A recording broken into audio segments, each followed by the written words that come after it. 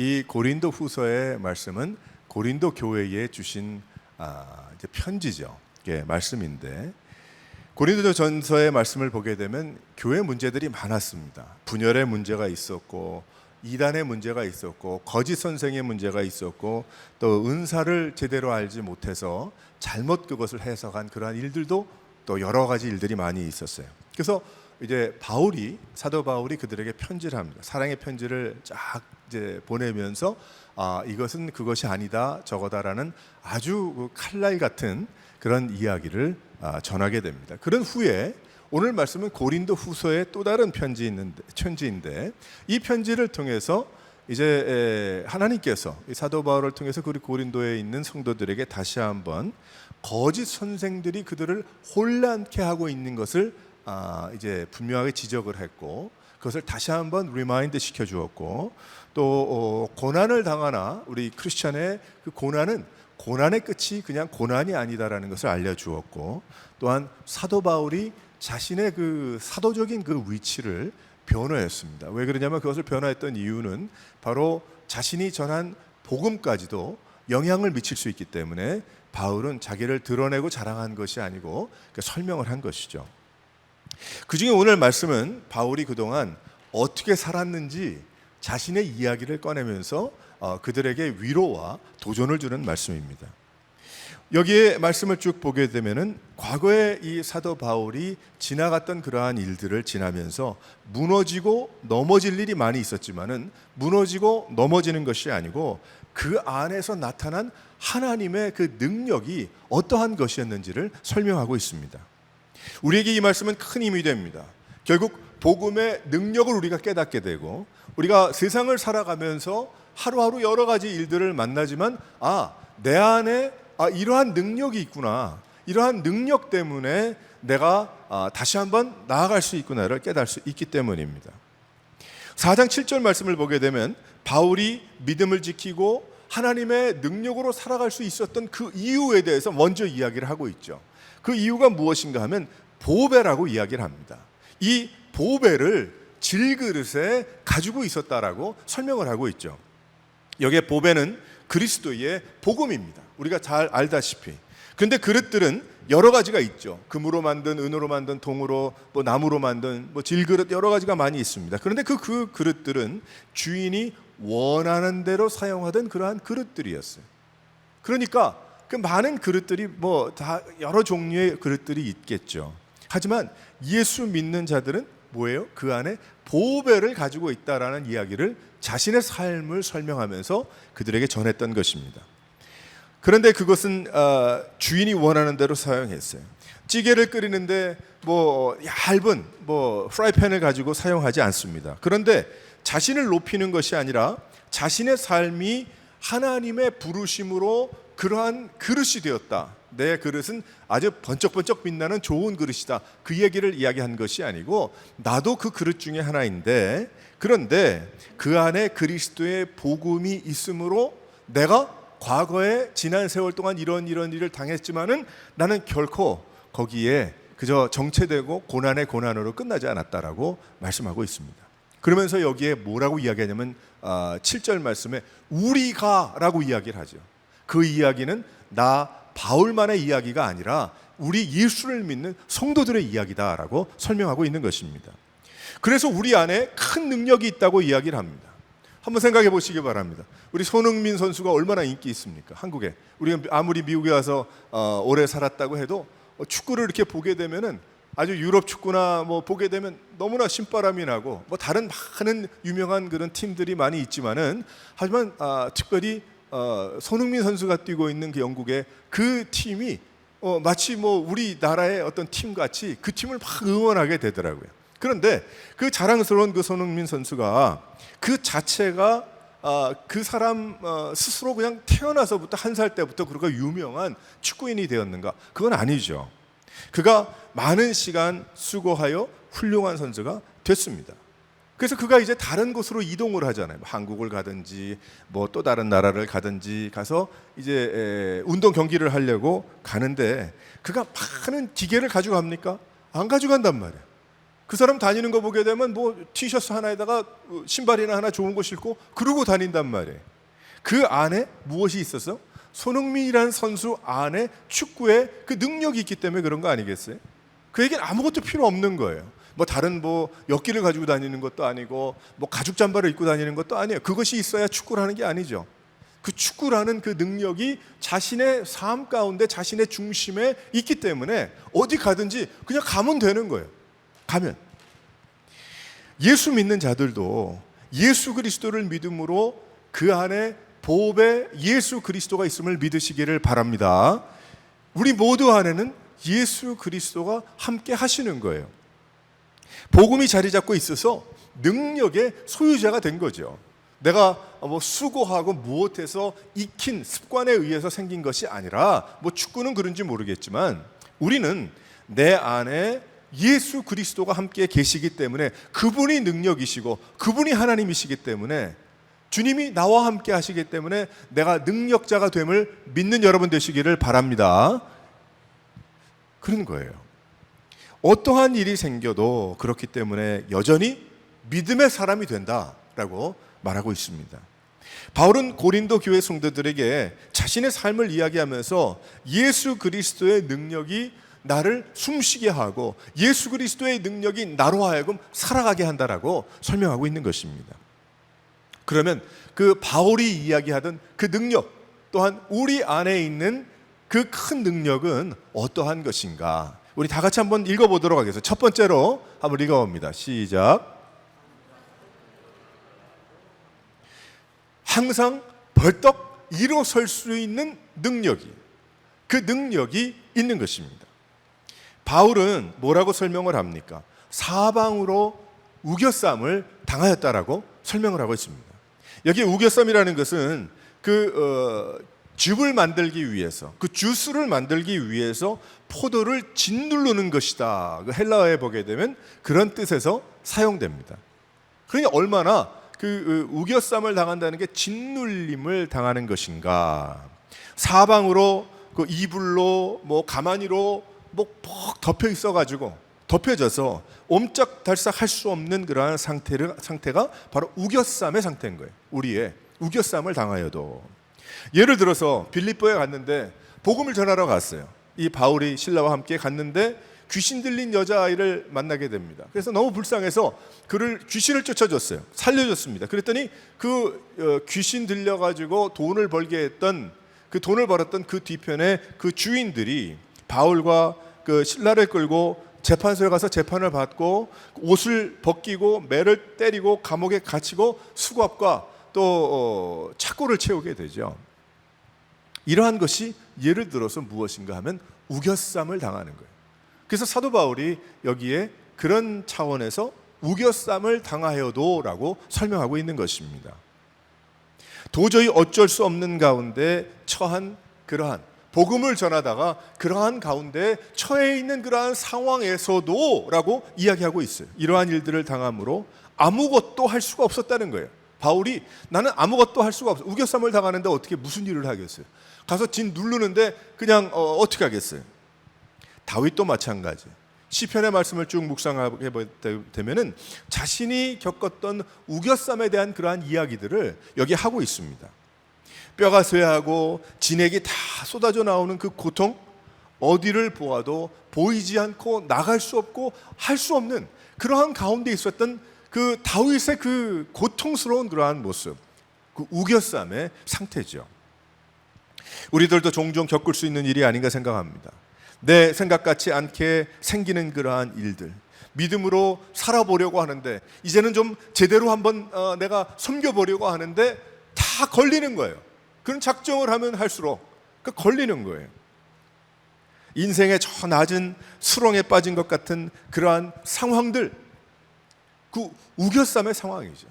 우겨쌈을 당하는 그러한 상황입니다. 박해를 받았다고 합니다. 매를 맞았다고 합니다. 모욕을 당했다고 합니다. 거꾸로 뜨림을 당했다고 합니다. 복음을 전했는데 남는 것은 손가락질과 죽음의 공포였다라고 여기에 바울은 그렇게 설명을 하고 있습니다. 잘 것도 지낼 것도 없었다라고 그렇게 설명을 하고 있죠.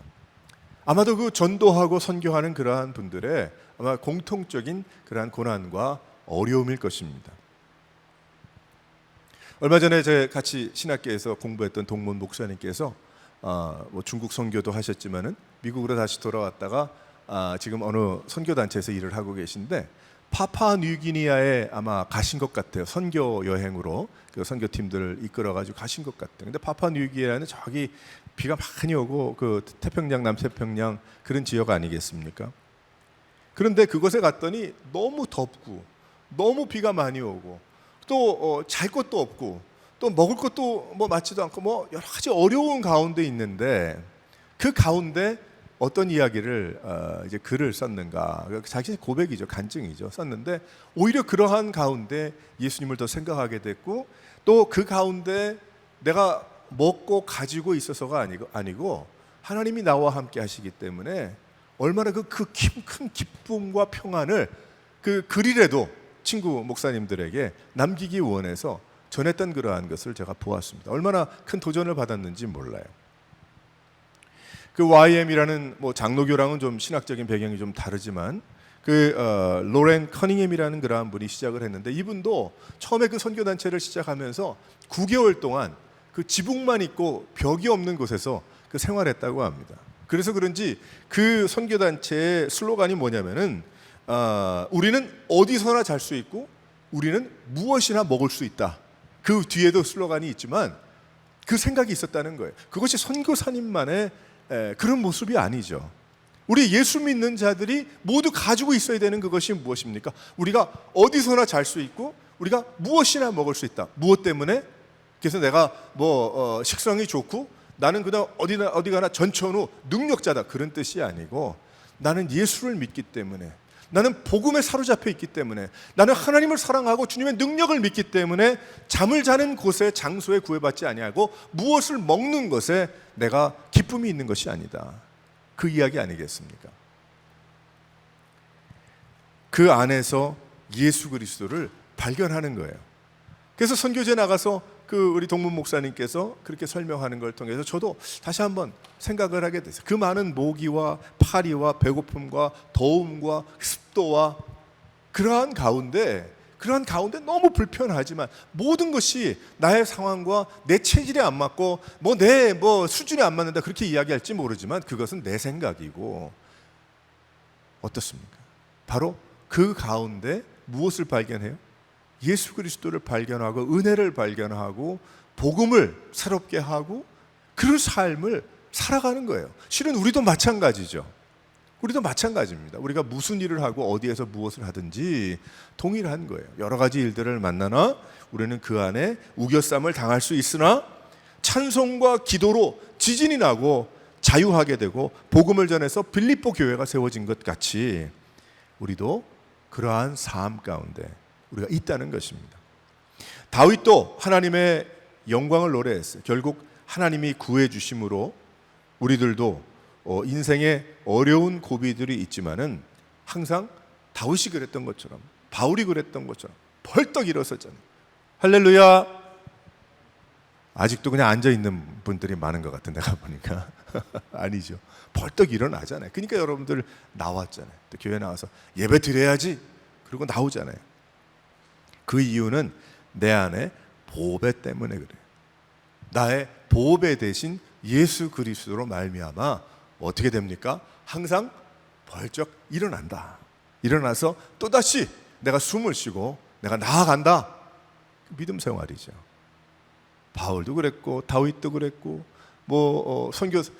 선교사님들도 그랬고 안 그렇습니까? 우리 모두가 마찬가지인 거예요. 그러한 삶을 살아가는 거죠. 그래서 성도 안에는 그 능력이 있는 거예요. 능력이. 지금은 많이 자빠지고 넘어지고 또 방황하는 것 같으나 걱정할 것 없다. 저분이 다시 일어날 것이다. 다시 저분이 살아날 것이다. 얼마나 많은 사람들이 주위에서 기도를 했겠어요. 바울을 위해서. 그 어려운 가운데 우겨쌈을 당했던 그러한 사람들. 항상 벌떡 일어날 수 있는 능력이 성도를 예수님을 믿는 그 성도들 안에 있는 것입니다. 두 번째로 어떠한 능력이 있는가 다 같이 한번 읽어보도록 하겠어요. 시작. 생명이 나타난다고 합니다. 생명이 있어. 10절과 14절과 16절 말씀을 보게 되면 그 보배가 능력으로 일어서게 하는데 그 능력은 예수 생명이다. 예수 생명이 우리 몸에 나타나게 된다. 10절에 이야기하고 있고 14절의 말씀 보게 되면 주 예수를 살리시니가 예수와 함께 우리를 살리사 너희와 함께 그 앞에 서게 하실 줄 알미라. 그 예수께서 십자가에서 부활하신 그 예수님께서 우리를 살리신다. 16절 우리의 겉사람은 낡아지나 우리의 속사람은 날로 새로워진다. 왜 그럴까요? 예수 그리스도 예수 생명 때문에 새로워지는 거예요. 결코 고난의 연속이 결국 늙어지고 괴로워지고 주름살이 생겨서 나중엔 낡아서 버리는 게 아니라는 거예요. 그것이 아니라 고난이 오히려 예수 생명으로 살아나서 더욱더 굳건한 믿음과 하나님을 사랑하는 귀한 그 흔들리지 않는 하나님을 신뢰하는 마음으로 나아가는 것입니다. 그래서 낙심할 수 없다고 하죠. 무엇이 그 안에 있다가 무엇이 그 안에 있는가가 그 사람을 만듭니다.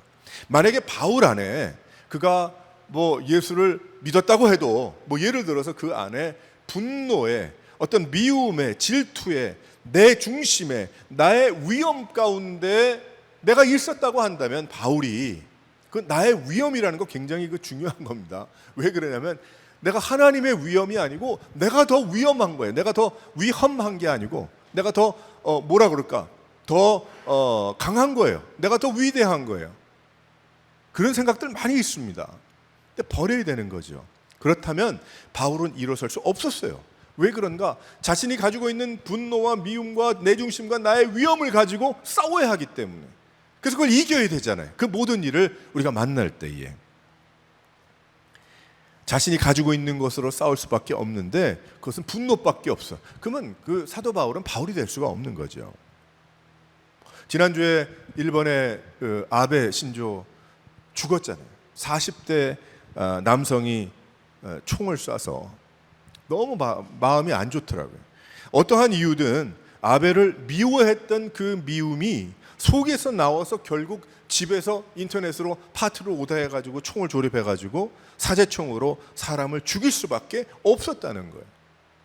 그 안에 있는 것이 나오는데 그것이 능력이 되어서 그것이 힘이 되어서 다른 사람도 죽이고 자기도 죽는 그러한 일들이 벌어지더라는 거죠. 자기의 능력인 거예요. 자기가 그런 능력을 키운 거죠. 그러나 예수 믿는 성도들의 마음, 그 그릇에는 무엇이 있습니까? 없잖아요.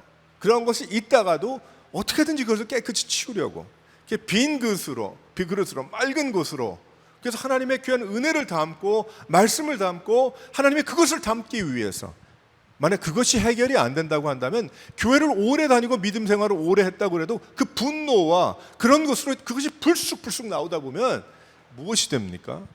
자기는 그 능력으로 사는 거죠. 그러니까 그르치고 옆으로 가고 넘어지고 괴롭고 힘든 것뿐입니다. 하지만 내 안에 예수 그리스도, 예수 생명의 보배가 내 그릇된 나의 삶 안에 있을 때 나를 살리게 되는 것입니다. 또한 살기 위해서 찬양하는 거고 살기 위해서 예배드리고 살기 위해서 하나님의 말씀을 묵상하고 살기 위해서 하나님을 바라보는 그런 삶을 살아가는 것입니다. 바울은 상황이 자신을 건드릴 수 없었다라고 설명을 합니다. 왜 그런가 하면 그 상황을 뒤집어 엎을 수 있는 그 상황을 뛰어넘을 수 있는 무엇이 있어서 바로 내 안에 보배 되신 예수 생명이 있기 때문이다 라고 설명을 하고 있습니다. 또 성도들은 어떻습니까? 살아나잖아요. 또 살아나죠. 또 죽을 것 같은데 또 살아났어. 왜 그래요? 하나님이 계시니까. 주님 앞에 무릎을 꿇고 주님이 부어주시는 귀한 그 은혜를 가지고 능력을 받고 또 살아나는 거예요. 하나님이 부르실 때까지 계속 살아나는 것입니다. 내 생각과 같이 흘러가지 않는다고 해도 하나님이 승리하셨기 때문에 그 승리를 약속해 주셨기 때문에 내 안에 그리스도께서 일하시니 나는 걱정이 없는 것입니다. 혹 내가 죽음에 넘겨지는 것 같을 때에도 그 이유는 예수 생명이 내 안에 더욱 강하게 드러나게 하시기 위해서 하나님이 주시는 그러한 축복의 시간이고 기회구나. 바울은 그것을 깨달았다는 것입니다. 할렐루야. 바로 우리도 동일한 그러한 삶이죠. 혹 내가 그렇다고 해도 그 가치가 드러난다는 것입니다. 크리스찬의 가치가 언제 드러나요? 결정적인 순간에 드러나는 거예요. 세상은 결정적인 순간에 죽고 포기합니다. 결정적인 순간이 나타날 때 이때가 내가 끝나는 날이구나. 끝나버리고 맙니다. 하지만 크리스찬은 결정적인 순간에 무엇을 합니까? 하나님을 바라보게 될 줄 믿으시기를 바랍니다. 결정적인 순간에 하나님을 바라보는 거예요. 하나님을 의지하는 거예요. 도저히 내가 더 이상 할 수 없는 그 장소, 도저히 내가 답을 얻을 수 없는 그런 혼란과 혼돈 가운데 있다고 하여도 그 순간, 그 결정적인 순간에 나는 튀어나가는 것이 아니고 뭐예요? 하나님을 바라보는 거죠. 하나님 모르겠습니다. 하나님 도대체 이게 무엇입니까? 혹은 하나님 나의 죄를 회개합니다. 결정적인 순간이죠. 바울과 실라는 결정적인 순간에 감옥에서 찬양했어요. 결정적인 순간에 기도했습니다. 그 안에서 하나님의 능력이 나타나서 간수의 가족이 첫 크리스천이 되었고 교회가 세워지는 놀라운 역사가 일어났던 것입니다. 할렐루야. 우리도 살다가 너무나 힘들고 어려운 상황이 닥칠 수 있습니다. 그때 죽고 싶은 생각도 날 수 있습니다. 하지만 그때 하나님을 바라보면 하나님께서 더욱더 가까이 만나 주심을 믿으시기를 바랍니다. 결코 하나님이 떠나 계시다가 오신 그것을 표현하는 것이 아니고 하나님께서 매우 더 가까이 계시다는 것을 더 확실하게 깨달을 수가 있다는 거죠. 고린도 교회의 어려움들, 도대체 교회가 될까? 이러한 분열과 이러한 어지럽고 이게 도저히 말도 안 되는 그런 일들이 막 일어나고 있는데 교회가 될까? 그러나 바울은 걸러낼 것들을 걸러내고 그 안에 보배가 드러나도록 하십시오 라고 도전하고 있습니다. 성도들이 우리가 가지고 있는 큰 능력이 뭐예요? 예수 생명이다. 우리 안에 있는 생명이다. 생명력이다. 그 하나만 있으면 어떤 상황이 우리 가운데 있다고 해도 또다시 싹이 나고 또 자라나고 열매를 맺고 또 나누어주고 먹을 수 있는 그러한 일이 생겨나는 것입니다. 그래서 예수 믿는 자들은 무엇입니까? 예수 생명이 있더라. 그것이 능력이더라. 여러분들이 그 능력을 소유하고 있음을 믿으시기를 바랍니다. 세 번째로 우리가 어떠한 능력이 있다고 합니까? 다 같이 한번 읽어보겠어요. 시작. 은혜가 넘쳐서 하나님께 영광이 되는, 영광을 돌릴 수 있는 능력이 있다는 거예요. 15절 말씀을 보면 이 모든 것이 너희를 위함이니 많은 사람의 감사로 말미암아 은혜가 더하여 넘쳐서 하나님께 영광을 돌리게 하려 함이라. 고난과 우겨쌈을 당함으로 나는 물론이고 내 주위에 나를 위해서 기도하던 많은 크리스천들이 하나님께 영광을 올려드리게 되고 은혜가 더욱 충만하게 되고 하나님께 영광이 되더라는 거예요. 그러니까 바울이 나 한 사람의 우겨쌈을 당하고 거꾸로짐을 당하고 고난을 당하고 어려움을 당하는 이 모든 것이 여기서 끝나는 건 줄 알았는데 그것이 아니고 그 이야기를 듣고 나는 나대로 하나님께서 내 안에 계신 보배 되신 예수 그리스도의 그 생명이 나를 이렇게 세우시는가, 거기까지 알았는데 나중에 보니까 나를 위해서 기도하던 고린도 교회와 주위에 있던 많은 믿음의 형제와 자매들이 어떻게 됐어요? 이러한 모든 돼가는 그 과정과 하나님의 역사의 이야기를 듣고 보면서 그들이 하나님께 감사하게 되고 동일한 믿음과 능력으로 그들이 더욱 주님 앞에 나가게 되더라는 거죠. 하나님의 영광인 거예요. 그러니까 이 하나님을 알지 못하는 사람들이 들으면 이상하겠지만 바울의 고난이 바로 하나님께서 바울 한 사람만 다루시는 것이 아니고 그 주위에 있는 많은 사람들을 다루어 주시는 하나님의 놀라운 역사였다는 것입니다. 하나님의 놀라운 계획이었다는 것이죠. 우리가 다 알 수 없는, 바울이 감옥에서 나온 후에 교회가 생겨나고 베드로가 감옥에서 나온 후에 간증거리가 생겨서 복음이 더욱더 활발하게 전파되는 놀라운 역사. 예수 믿고 생겨난 고난이 오히려 나를 살아있게 만들어서 나에게는 생명이 되고 나를 아는 내 주위의 사람들은 그 간증을 보고 들으면서 하나님께 감사와 영광과 존귀를 올려드리게 되는 놀라운 역사. 그러니까 시간적으로 10분 안에 그 모든 일이 벌어지면 좋은데 그렇지는 않을 거고, 어떤 면에 바울의 입장에서 보게 되면 굉장히 혼란할 수도 있죠. 도대체 내가 왜 이런 복음을 전하다가 고난을 받고 내가 죽을 환경과 밤낮 감옥에 갇히고 말이죠. 바울은 3번 태장을 맞았다고 합니다. 그 태장은 한 번 때릴 때마다 살점이 떨어져 나가는 그러한 그것을 3번이나 당했고 39대를 5번이나 맞았다고 합니다. 매를 복음을 전하다가 잡혀서 잠 못 잤지요. 굶주렸죠. 사람들에게 배반당했죠. 또 친구들 멀리 있죠. 아는 사람 없죠. 또 가진 것 없죠. 그는 하나님께 하지만 버림받지 않았어요. 낙심하고 넘어지고 거꾸로지지 않았어요.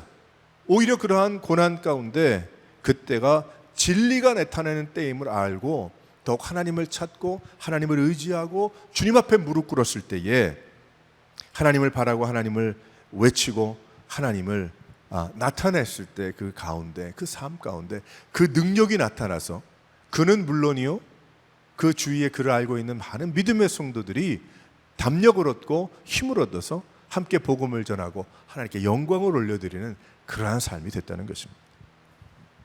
그러니까 이 능력은 대단한 능력이죠. 이 능력은 세상이 줄 수 없는 능력이고, 이 능력은 살아계신 하나님이 함께 하시지 않으면 나타날 수 없는 능력이고, 성령 하나님께서 그 삶의 중심에 역사하심을 드러내지 않고 그것을 하나님께 드리지 않았다면 나타날 수 없는 그러한 삶인 것입니다. 사랑하는 성도 여러분, 우리 모두가 그러한 삶임을 믿으시기를 바랍니다. 우리 모두가 바로 그러한 삶을 살아가고 있는 것이고, 지난 한 주간도 우리가 그 예수 생명 때문에 살아갔던 것이고, 이 시간 주님 앞에 나와서 예배를 드리는 것입니다. 사랑하는 성도 여러분, 이 능력을 가지고 이제 나는 혼자다, 나는 외톨이다, 나는 그저 여기까지인가, 이런 생각들 가끔 들을 때 있지만 그것이 아니라 이제 나이가 한 해 한 해 더하면 할수록 더욱더 주님을 깊이 알아가고 더욱더 주님을 가까이 대하고 하나님의 은혜를 더욱 사모하고, 그리고 예수 생명이 내 안에서 더욱더 드러날 수 있는 그것이 무엇일까? 인생의 의미가 그거 다 아니겠어요? 갑자기 죽는 그런 사람들 요즘 많죠. 제 주위에도 제가 잘 아는 저를 사랑해 주셨던 그 선생님 한 분이 지난주에 돌아가셨어요. 그분 한국에서는 예수 안 믿던 그런 분이었는데 한 40여 년 전에 동부로 이민 와서 예수 믿고 열심히 믿으시다가 천국 가셨어요. 거의 90까지는 안 되셨지만 선생님인데, 제가 며칠 생각을 하면서 그래도 참 그분은 그 의미 있는 삶을 살다 가셨다. 저는 그걸 알거든요. 그렇지 않은데 시작한 것 같지만 결국 마무리는 그렇게 됐다. 또 어떤 사람들은 어떻게 해요? 그만 살다가 그렇게 끝이 났어요? 그 의미가 있을까?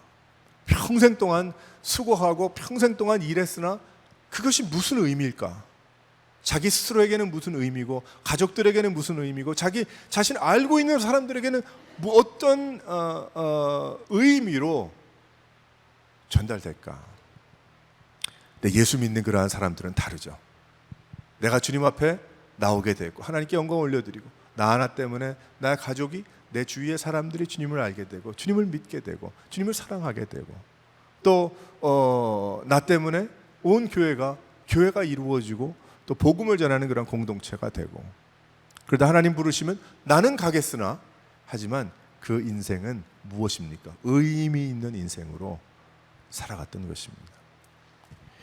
이번 한 주간도 우리가 살아갈 때에 은혜가 넘치는, 왜 그래요? 은혜는 내가 만들어내는 겁니까? 아니죠. 주님이 함께 계시니까. 그래서 내가 주님 생각하고 주님을 기대하고 주님을 바라보고 내가 주님 앞에 나아가면 그 은혜는 당연한 거죠. 하나님은 은혜의 주님이시기 때문에 그걸 가로막지도 말고, 그것을 자꾸 다른 것으로 가리지도 말고 마음은 열고, 나는 능력자의 삶을 살아야 된다. 주님이 능력이시기 때문에 예수 생명으로 다시 한번 자신 스스로를 무장하면서 늘 살아나는, 늘 일어서는, 늘 주님을 바라보는 귀한 성도들 되시기를 주님의 이름으로 축원합니다.